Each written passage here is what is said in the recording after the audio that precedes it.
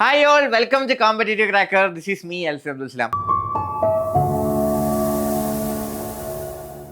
മത്സര പരീക്ഷകൾ എന്തുമായിക്കൊള്ളട്ടെ, നിങ്ങളുടെ ഏത് എക്സാമും ആയിക്കൊള്ളട്ടെ, ബാങ്ക് ആയിക്കൊള്ളട്ടെ, ടീച്ചിങ് ആയിക്കോട്ടെ, എലിജിബിലിറ്റി ആയിക്കോട്ടെ, സ്കിൽ ബേസ്ഡ് ആയിക്കോട്ടെ, ലേണിങ്ങിന് കേരളത്തിലെ നമ്പർ 1 ആപ്പ് ആയിട്ടുള്ള നമ്മുടെ കോമ്പറ്റേറ്റീവ് ക്രാക്കറിന്റെ ആപ്ലിക്കേഷൻ ഇന്ന് തന്നെ നിങ്ങൾക്ക് ഡൗൺലോഡ് ചെയ്യാവുന്നതാണ്. നിങ്ങളുടെ പഠനം ഇന്ന് തന്നെ സ്റ്റാർട്ട് ചെയ്യാവുന്നതാണ്. കൂടുതൽ വിവരങ്ങൾക്ക് വേണ്ടി നമ്മുടെ ബോർഡ് നമ്പർ ആയിട്ടുള്ള 8589083568 എന്ന് പറയുന്ന നമ്പറിലേക്ക് നിങ്ങൾക്ക് കോൺടാക്ട് ചെയ്യാവുന്നതാണ്. നമ്മൾ ഇന്ന് ഡിസ്കസ് ചെയ്യാനായിട്ട് പോകുന്നത് ഈസ് അബൌട്ട് ഹൈക്കോർട്ട്. നമുക്കറിയാം, ഹൈക്കോർട്ട് അസിസ്റ്റന്റ് പരീക്ഷ എന്ന് പറയുന്നത് എല്ലാവരും കാത്തിരിക്കുന്ന വളരെ ഗ്ലാമറസ് പോസ്റ്റ് ആയിട്ടുള്ള ലൈഫ് സെക്യൂർ ആക്കാൻ പറ്റുന്ന ഏറ്റവും ബെസ്റ്റ് എക്സാം ഇൻ കേരളയാണ് കേരള ഹൈക്കോർട്ട് അസിസ്റ്റന്റ് പരീക്ഷ എന്ന് പറയുന്നത്. ഹൈക്കോർട്ട് അസിസ്റ്റന്റ് പരീക്ഷയ്ക്ക് വേണ്ടിയിട്ടുള്ള തയ്യാറെടുപ്പിൽ ഏറ്റവും ഇമ്പോർട്ടൻ്റ് ആയിട്ട് നിങ്ങൾക്ക് വേണ്ടത് ലിറ്റ് ലാംഗ്വേജ് ആണ്, ഇംഗ്ലീഷ് ലാംഗ്വേജ് ആണ്. ഇംഗ്ലീഷ് ലാംഗ്വേജ് പ്രൊഫഷൻസി ഉള്ള ഒരാൾക്ക് എളുപ്പം നേടിയെടുക്കാൻ പറ്റുന്ന ഒരു പരീക്ഷയാണ് ഹൈക്കോർട്ട് അസിസ്റ്റന്റ്.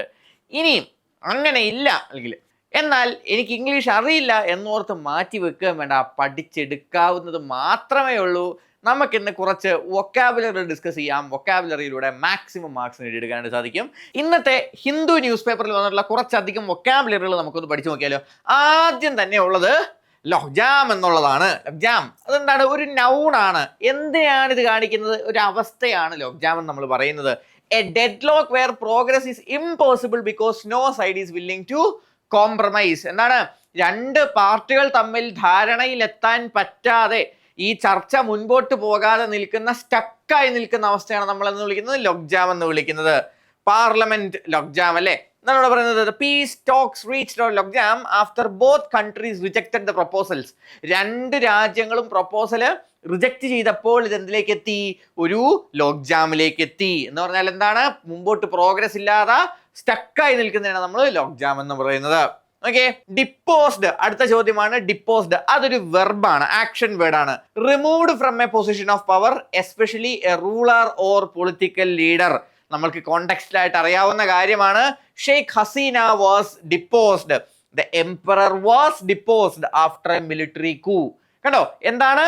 പവറിൽ നിന്നും, ശക്തിയിൽ നിന്നും പുറത്താക്കപ്പെടുക, എടുത്തു മാറ്റപ്പെടുക എന്നുള്ളതാണ് എന്ത്? ഡിപ്പോസ്ഡ് എന്ന് പറയുന്ന വാക്കിന്റെ അർത്ഥം.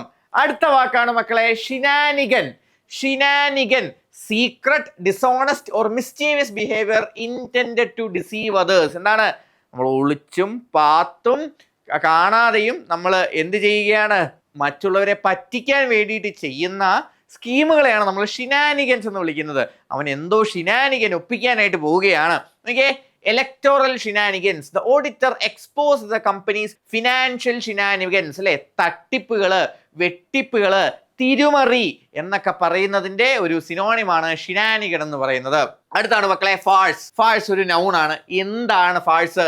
A situation that becomes ridiculous because it lacks seriousness or fairness. എന്താണ് ഫാൾസ് എന്ന് പറഞ്ഞു കഴിഞ്ഞാൽ? എന്താണ്? ഒരു സീരിയസ്നെസ്സും ഇല്ലാത്ത അല്ലെങ്കിൽ ഒരു ഫെയർനെസ്സും ഇല്ലാത്ത രീതിയിലൊരു സംഭവം വളരെയധികം റിഡിക്കുലസ് ആയിട്ട് നമുക്ക് തോന്നുകയാണ്. Electoral process became a farce. The investigation turned into a complete farce. എന്താണ്? ഇലക്ടോറൽ പ്രോസസ്സുകൾ ഒരു ഫാൾസ് ആയിട്ട് മാറിയിരിക്കുന്നു എന്ന് പറഞ്ഞാൽ എന്താണ്? അതൊട്ടും സീരിയസ് അല്ല. ആൾക്കാർ ആരും ഇതിന് കൊടുക്കേണ്ട വാല്യൂ കൊടുക്കുന്നില്ല. മുഴുവൻ കറപ്റ്റഡ് ആയിട്ട് മാറിയിരിക്കുന്നു. അങ്ങനെ ഇത് റിഡിക്കുലസ് ആയിട്ടുള്ള, എന്താണ്, ഹ്യൂമറസ് ആയിട്ടുള്ള, കോമഡി ആയിട്ട് മാറിയിരിക്കുകയാണ്. വളരെയധികം നമുക്ക് എന്താണ് സന്തോഷവാനായിട്ടുള്ള, ഹാപ്പി ആയിട്ടുള്ള രീതിയിലുള്ള കോമഡി അല്ല, മറിച്ച് something that is ridiculous, something that is unbelievable ആയിട്ട് മാറിയിട്ടുള്ളതിനെയാണ് നമ്മൾ എന്ന് വിളിക്കുന്നത് ഫാൾസ് എന്ന് വിളിക്കുന്നത്. Okay, yes. ദ ഡിഫെക്ഷൻ ആണ് അടുത്ത വാക്ക്. Leaving one political party or group to join other. ഒരു പാർട്ടി അല്ലെങ്കിൽ ഒരു ഗ്രൂപ്പ് വിട്ട് മറ്റൊരു ഗ്രൂപ്പിലേക്ക് ജോയിൻ ചെയ്യുന്നതിനാണ് നമ്മൾ എന്ന് വിളിക്കുന്നത് ഡിഫെക്ഷൻ എന്ന് വിളിക്കുന്നത്. നോക്കിയേ, political defection. The ministers defection change the balance of power. പവറിന്റെ ബാലൻസിനെ മിനിസ്റ്ററിന്റെ ഡിഫെക്ഷൻ മാറ്റി. ഡിഫെക്ഷൻ എന്ന് പറഞ്ഞാൽ കൂറുമാറുക. ഓക്കെ, റിപ്പർക്കഷൻസ് നമ്മൾ എപ്പോഴും കേൾക്കുന്ന ഒരു വാക്കാണ് റിപ്പർക്കഷൻ. എന്താണ് റിപ്പർക്കഷന്റെ meaning? Unintended and often unpleasant. നമ്മൾ ഉദ്ദേശിക്കുന്ന ഔട്ട്കം അല്ല. ഞാനിപ്പോ എന്ത് ചെയ്യുകയാണ്? ഞാൻ എൻ്റെ സുഹൃത്തിന് 100 രൂപ കൊടുത്തു, അല്ലെങ്കിൽ വേണ്ട 1000 രൂപ കൊടുത്തു.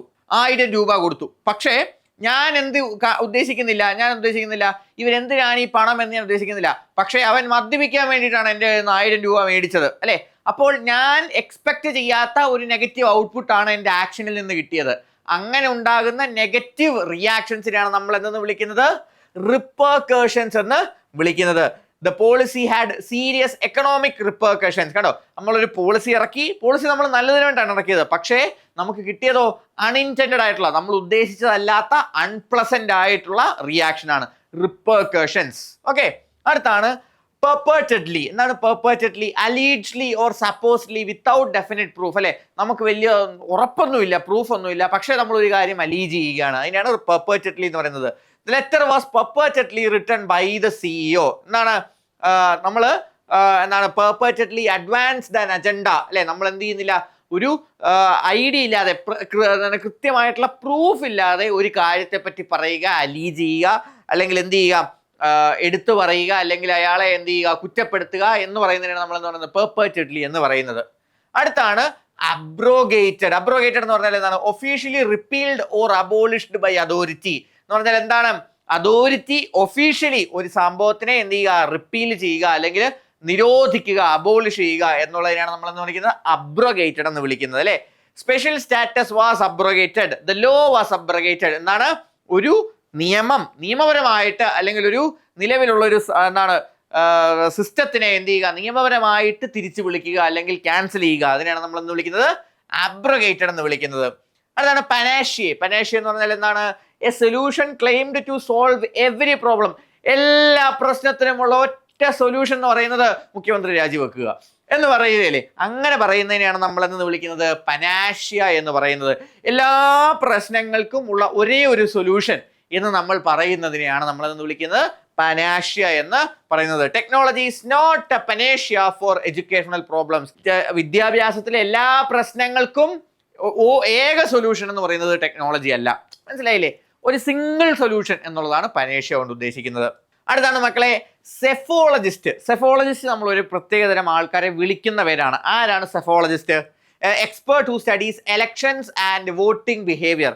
എലക്ഷനെയും വോട്ടിംഗ് ബിഹേവിയറിനെയും പഠിക്കുന്ന ഒരാളെയാണ് നമ്മൾ എന്തെന്ന് വിളിക്കുന്നത്? സെഫോളജിസ്റ്റ് എന്ന് നമ്മൾ വിളിക്കുന്നത്. എലക്ഷൻ അനലിസ്റ്റ് എന്ന് നമുക്ക് മനസ്സിലാക്കാനായിട്ട് സാധിക്കും. Psephologist predicted A close election. കണ്ടോ? അപ്പോൾ എലക്ഷൻസിനെ പറ്റി പഠിക്കുന്ന ഒരാളെയാണ് നമ്മൾ അതെന്ന് വിളിക്കുന്നത് സെഫോളജിസ്റ്റ് എന്ന് നമ്മൾ വിളിക്കുന്നത്. അപ്പോൾ ഇതേപോലെ നിങ്ങൾക്ക് വൊക്കാബുലറികൾ, അതേപോലെ തന്നെ ഏറ്റവും പുതിയ ഇമ്പോർട്ടൻ്റ് ആയിട്ടുള്ള കറണ്ട് അഫെയർ വാലിഡ് ആയിട്ടുള്ള വൊക്കാബുലറികൾ പഠിച്ചു വെക്കുവാൻ വേണ്ടിയിട്ട്, അതിനോടൊപ്പം തന്നെ ഗ്രാമറും ഇഡിയംസും പോലെയുള്ള മികച്ച ടോപ്പിക്കുകൾ, അതേപോലെ തന്നെ ഗ്രാമറും ഇഡിയംസും പോലെയുള്ള ടോപ്പിക്കുകളെല്ലാം നിങ്ങൾക്ക് പഠിച്ച് ഏറ്റവും നല്ല മാർക്കോട് കൂടി തന്നെ ഈ വരുന്ന ഹൈക്കോർട്ട് അസിസ്റ്റന്റ് പരീക്ഷയിൽ ഏറ്റവും മികച്ച റിസൾട്ടോടുകൂടി വെളിയിലേക്ക് വരുവാനായിട്ട് വേണ്ടിയിട്ടാണ് നമ്മളുടെ ഹൈക്കോർട്ട് അസിസ്റ്റന്റ് ബാച്ച്. നമുക്കറിയാം കേരളത്തിലെ കുറച്ചധികം വർഷങ്ങളായിട്ട് ഹൈക്കോർട്ട് ടെസ്റ്റിന്റെ പരീക്ഷയിൽ ഏറ്റവും മികച്ച കോച്ചിങ് നൽകുന്ന, ഏറ്റവും കൂടുതൽ ഉദ്യോഗാർത്ഥികൾക്ക് റിസൾട്ട് വാങ്ങിക്കൊടുക്കുവാൻ സാധിച്ചിട്ടുള്ള കോമ്പറ്റേറ്റീവ് ക്രാക്കറിന്റെ ഏറ്റവും പുതിയ ബാച്ച് നമ്മൾ സ്റ്റാർട്ട് ചെയ്തിട്ടുണ്ട്. നമ്മുടെ ലോങ് ബാച്ച് റൺ ചെയ്തുകൊണ്ടിരിക്കുകയാണ്. പുതിയ ബാച്ചിലേക്കുള്ള അഡ്മിഷൻസ് സ്റ്റാർട്ട് ചെയ്തിരിക്കുകയാണ്. ഉറപ്പായിട്ട് നമ്മുടെ ബോർഡ് നമ്പർ ആയിട്ടുള്ള 8590202323 എന്ന് പറയുന്ന നമ്പറിലേക്ക് കോൺടാക്ട് ചെയ്തുകൊണ്ട് നിങ്ങൾക്ക് എന്ത് ചെയ്യാനായിട്ട് സാധിക്കും? ഉറപ്പായിട്ടും ബാച്ചിലേക്ക് ജോയിൻ ചെയ്യാനായിട്ട് സാധിക്കും. ഈ വരുന്ന ഹൈക്കോർട്ട് അസിസ്റ്റന്റിൽ പരീക്ഷ ക്ലിയർ ചെയ്ത് 83,000 രൂപ വരെ സാലറിയിൽ സെക്യൂർ ആയിട്ടുള്ള ജോബിൽ കേരള ഹൈക്കോർട്ടിൽ പ്ലേസ്ഡ് ആവാനായിട്ട് സാധിക്കും.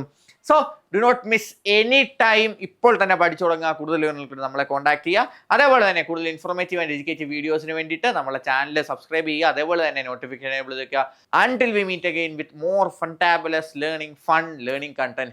This is me, Alfred Abdul Salam, signing off for Competitive Cracker. Thank you.